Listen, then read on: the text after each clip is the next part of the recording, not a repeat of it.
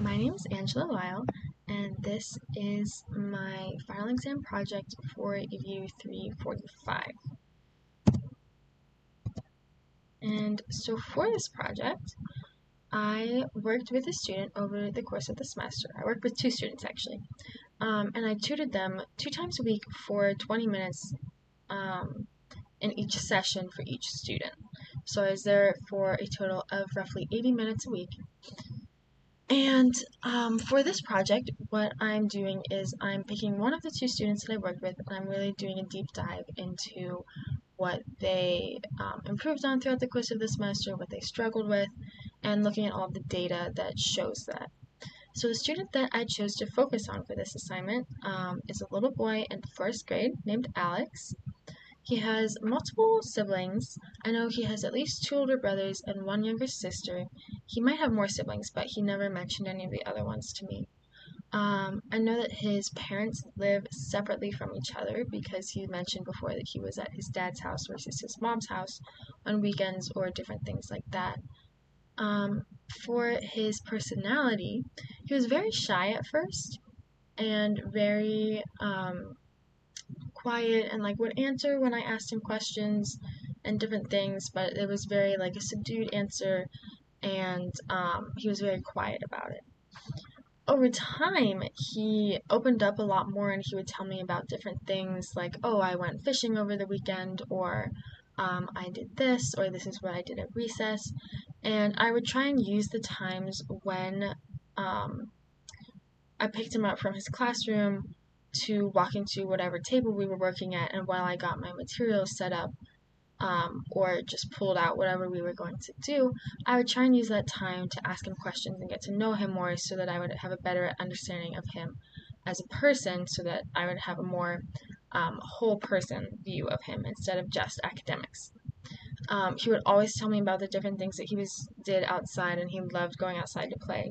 It was also raining. There was a thunderstorm on one of the days that I was there, and he was telling me how he loves to go out and play in the rain and jump in puddles, but he's not a big fan of thunder. And he would also tell me about his math projects that he was doing, and he seemed like he actually really enjoyed math, and it was more just reading that he had a harder time with.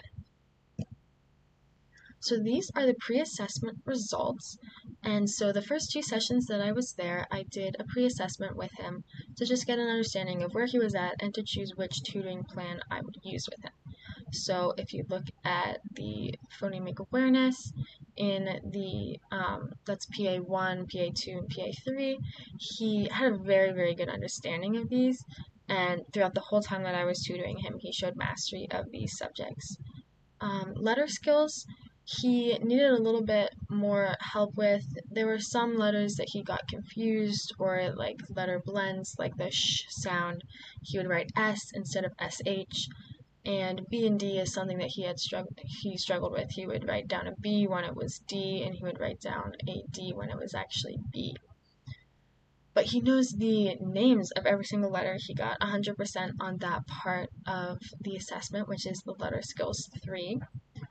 For word skills, that is focusing on decoding words and blending and spelling words.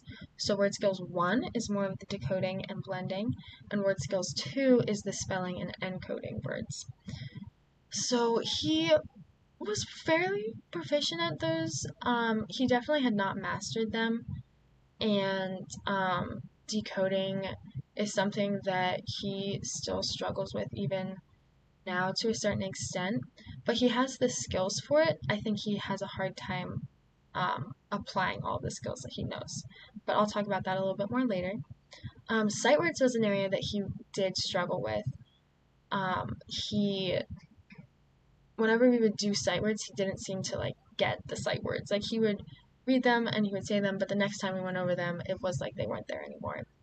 And print concepts, so that's this is the title tells us about the story. He was mostly pretty good on those. He was a little not perfect on words following each other, and sometimes he would skip around a little bit, and so that's why he's a little lower on concepts of print. So this is the formative report 1, and what this is is we would do 4 tutoring sessions, and after those 4 sessions, we would look and we would see what they were doing well, what they weren't doing well, and we would write out a new tutoring plan. And normally would stay in the same tutoring plan as in there's, I think, 4 tutoring plans. And Alex was on tutoring plan 2 because that's where the pre-assessment data put him. So we were doing tutoring plan 2, and I think that was where he was supposed to be, and that is what he needed to be working on. So I would take the 4 sessions, and I would look at the words and the skills that we worked on, and I would look at how many of them he got right and how many he got wrong. So when it says over 4 sessions, that's looking at all 4 of the sessions on that one tutoring plan out of all of the words that he was given for that specific objective. What percentage of those did he get correct?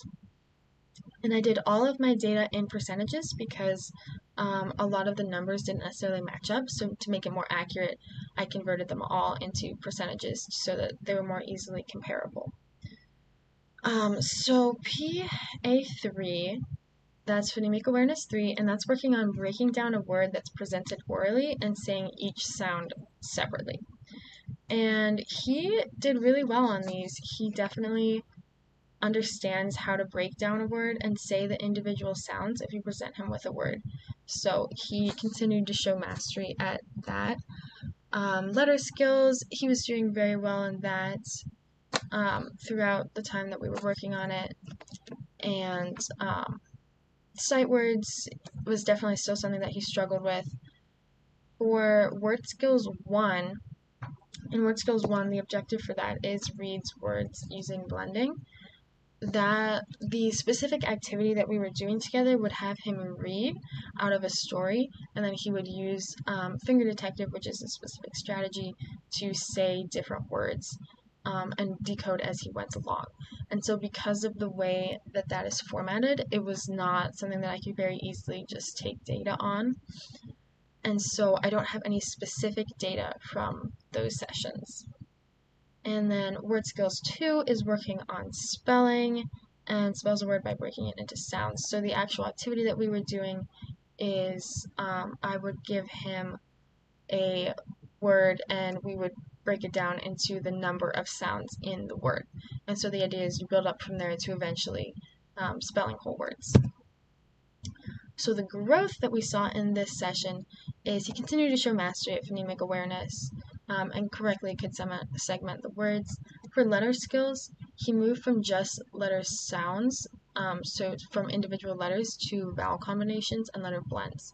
So the skills that we were doing got more complex as we went along. For word skills 1, which is the blending, he has a tendency to rush through words, but he's improved at identifying the phonemes in the words. And for word skills 2, which is spelling, he was getting a lot better at identifying the suffixes, especially ed. And I would pull the words that I was using from the shared storybooks that they were using in class.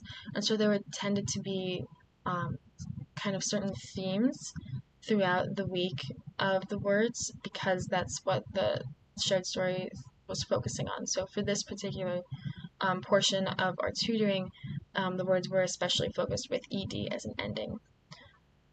Sight words, he continued to struggle. He had difficulty retaining it.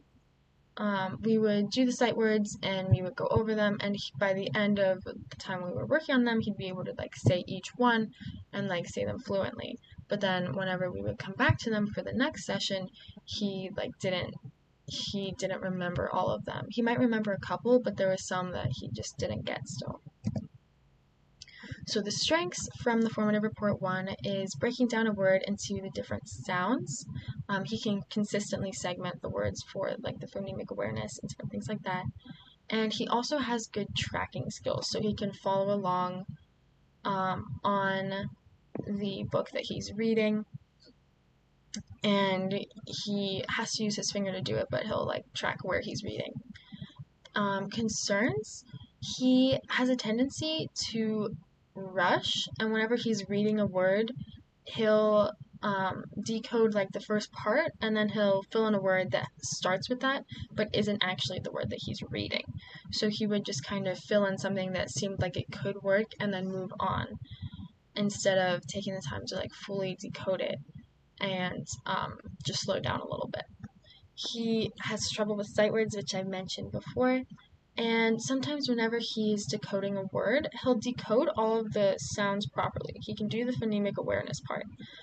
The part that he struggles with is blending them all back together to create the word. So he can say like t, eh, p, but he has a hard time putting those individual sounds together to create the word tip.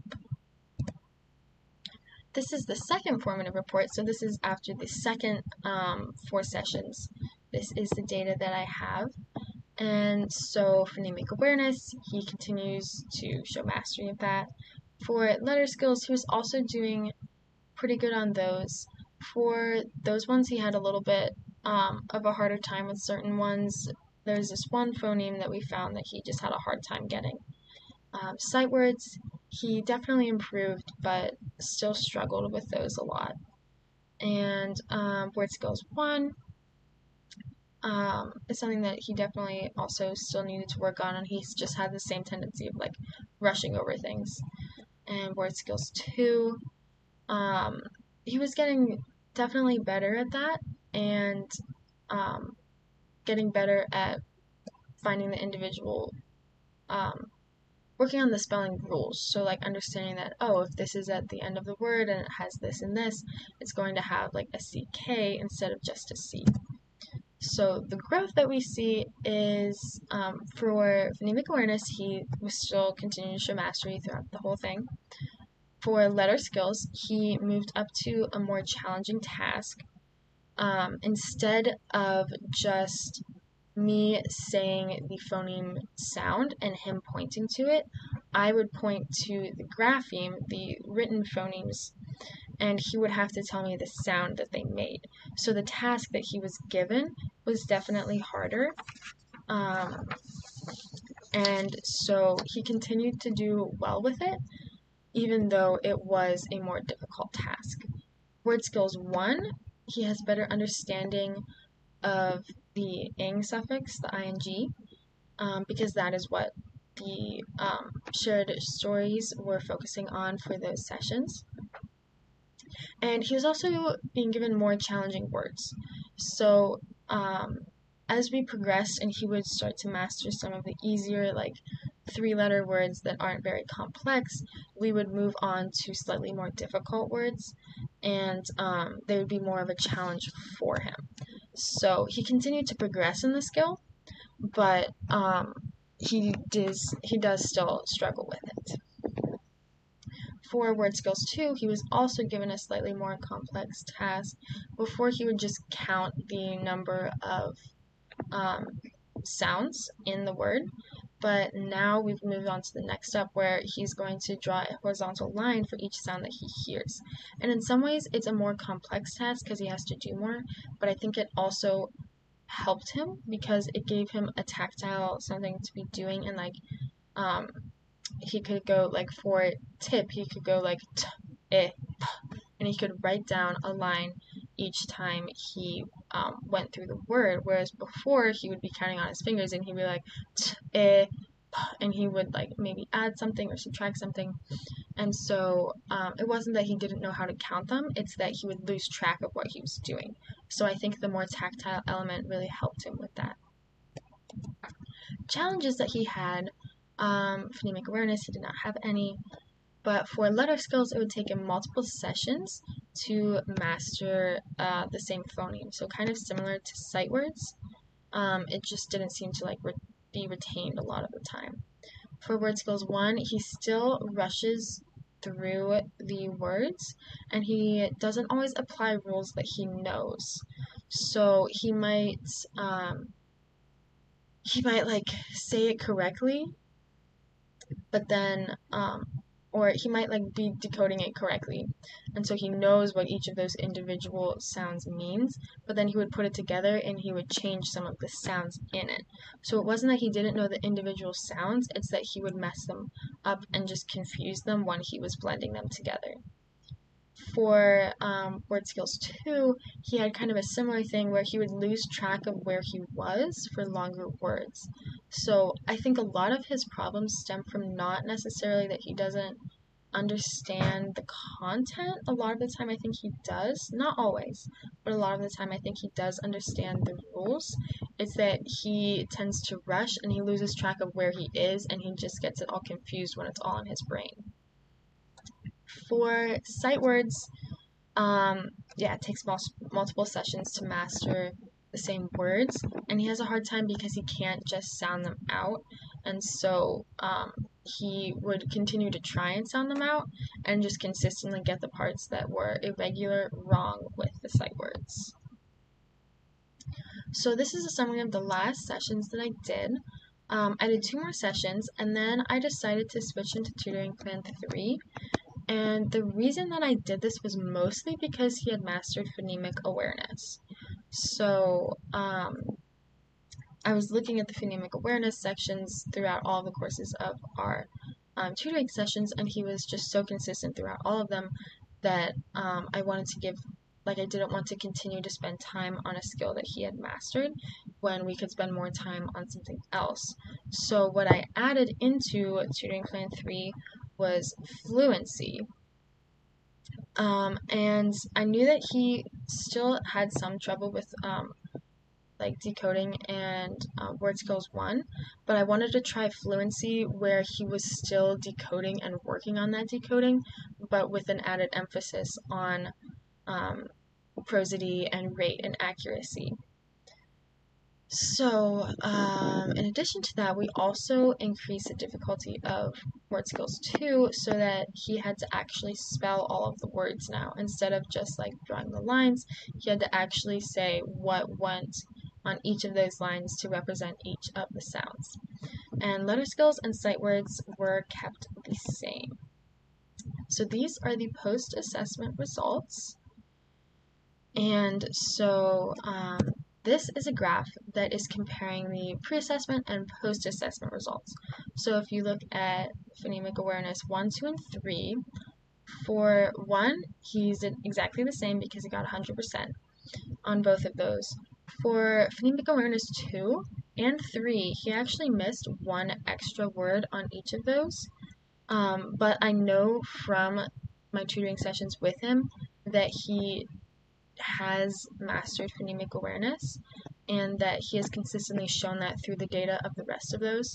So I don't know if he was having an off day or something like that, but even though he did get more incorrect on the post-assessment, he was also still in the mastery range for all of the phonemic awareness sections. For letter skills, he did a lot better on it's letter skills. Let me double check which one it is. Yeah, it's letter skills 1. Letter skills 1 has him going through different phonemes and vowel combinations in particular, and identifying what each of those are and what they say. So for the pre-assessment, the way that the assessment works is that there are sets of phonemes, and so he would go across and it tells you if he misses so many in a set, it was 4 in a set. If he misses 4 in a set, then you just stop doing the letter skills 1 assessment and you move on to letter skills 2. And so for the pre-assessment, he only got to the 4th set before we moved on.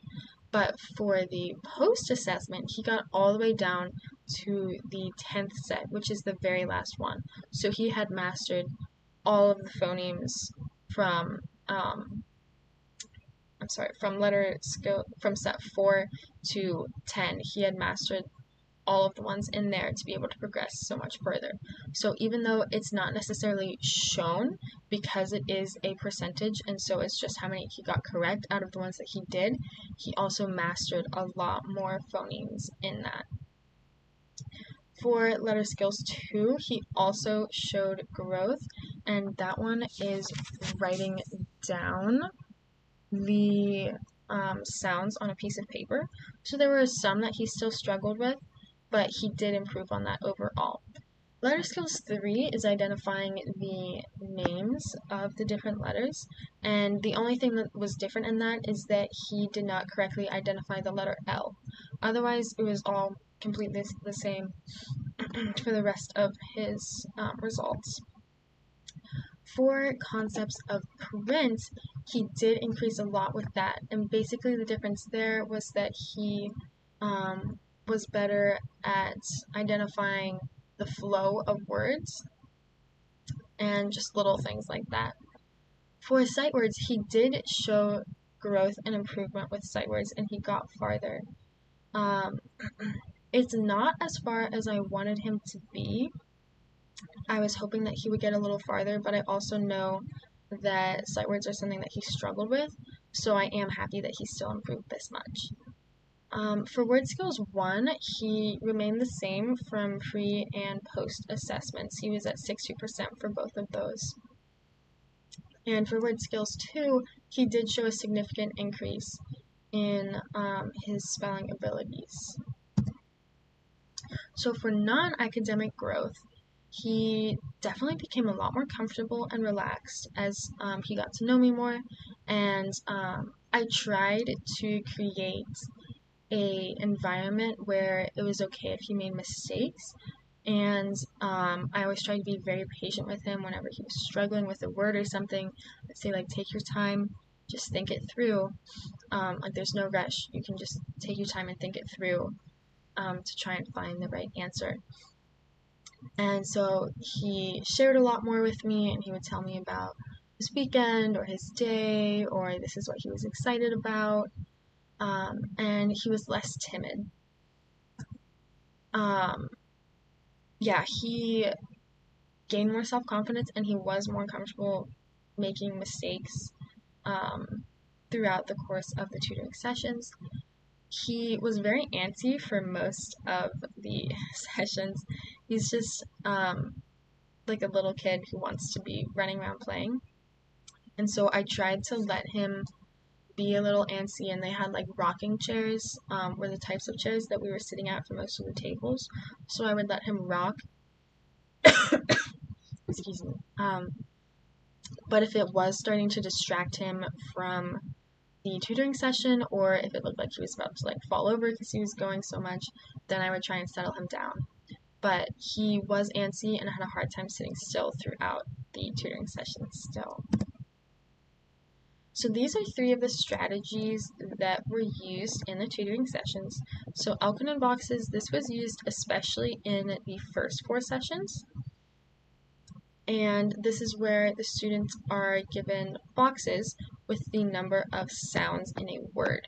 And then you say the word, and you have the student either point to each box and say the phonemes that go in that word, or they would like move something into that box. So for us, we just had him point, and I would say like tip, and there would be 3 boxes, and so he would go like t, eh, p, and he would say the phoneme or the sound that went in each of those boxes.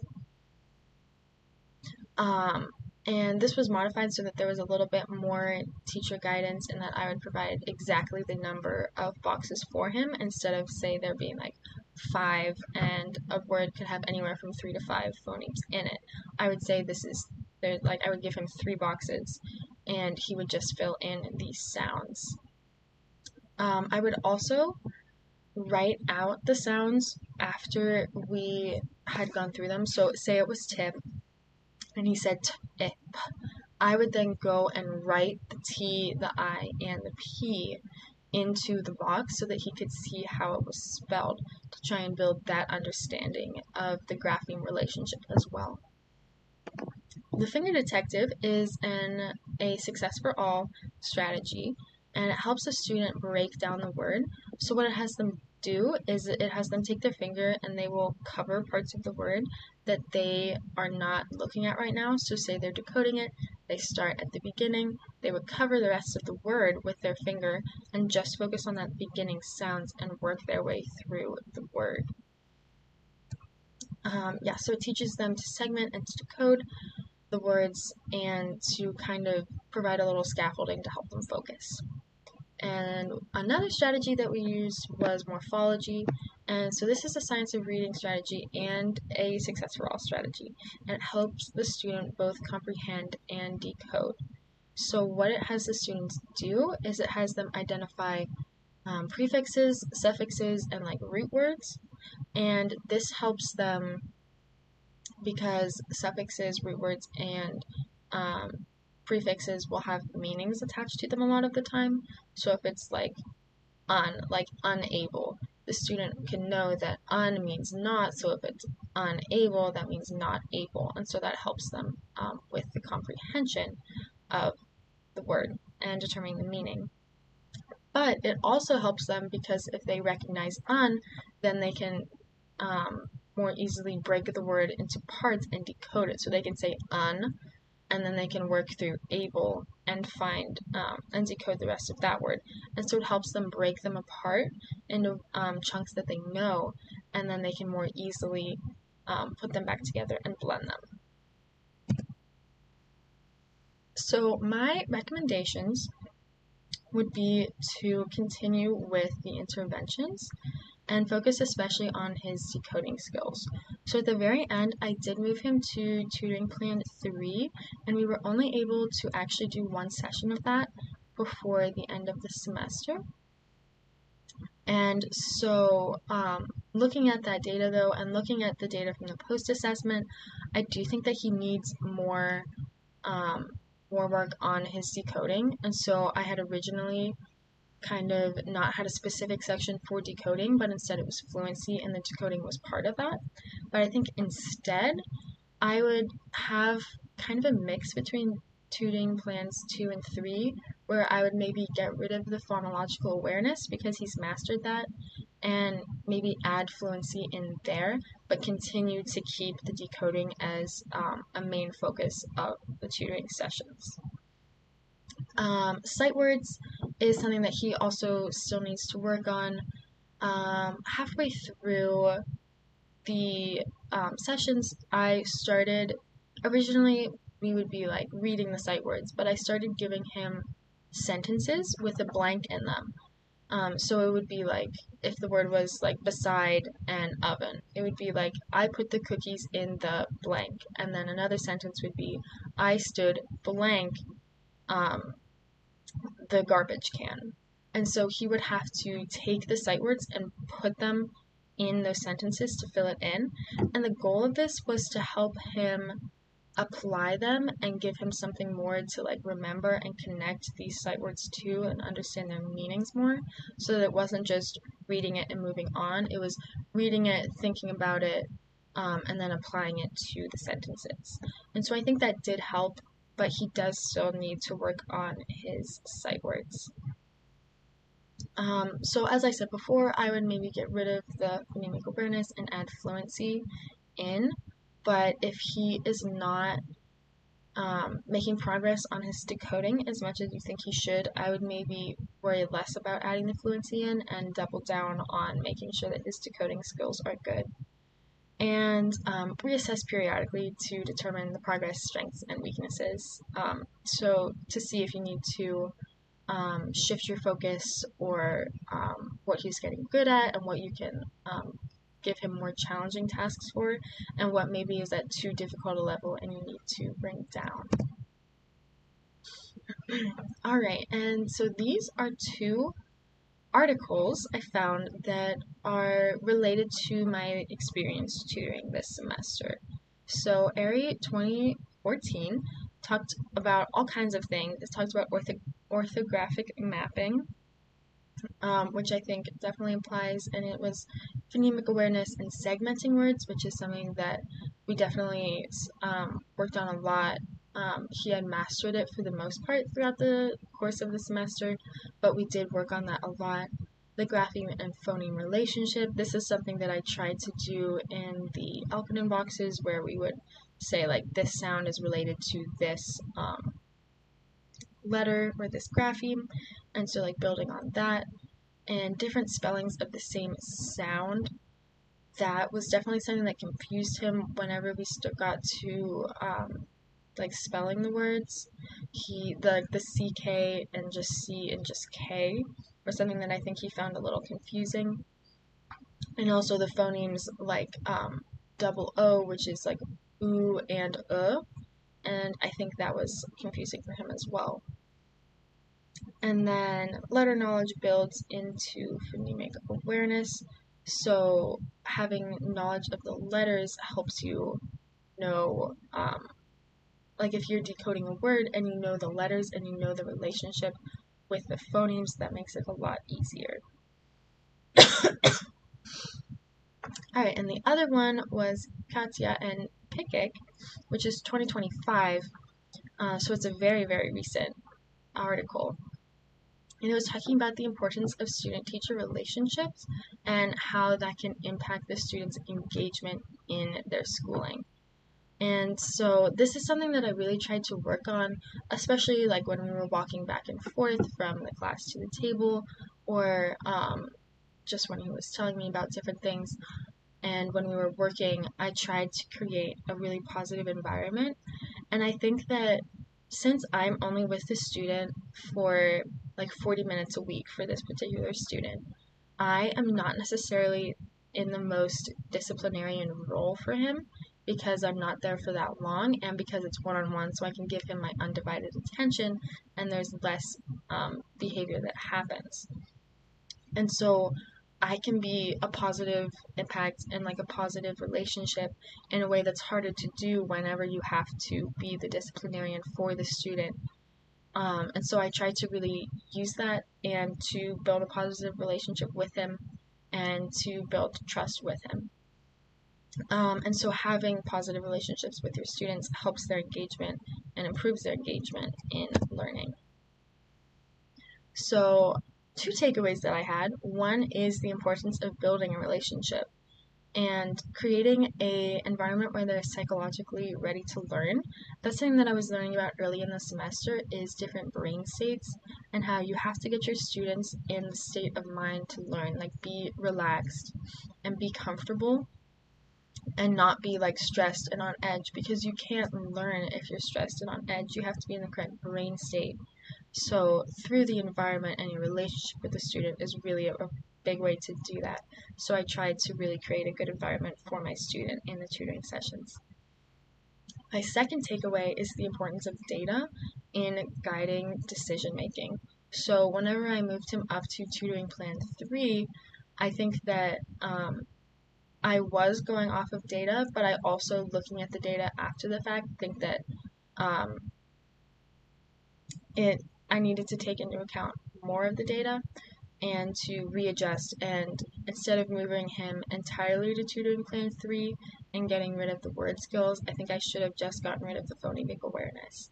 And so looking at the data to really guide all of the decisions that you make, and I think this was really good practice to do that, and it also helped me to really solidify that in my brain of like, okay, what does the data say and how can I compare that to what I see when I'm taking data and the different things that you know about your student that might not show up in the data, and like really combining those two to make the best decisions for your student.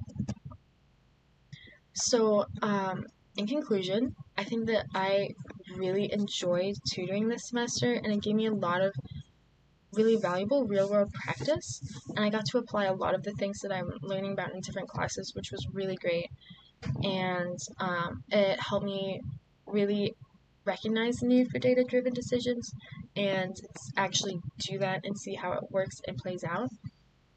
And it also allowed me to serve students and to get to know students throughout the course of the semester, which is something that I really loved.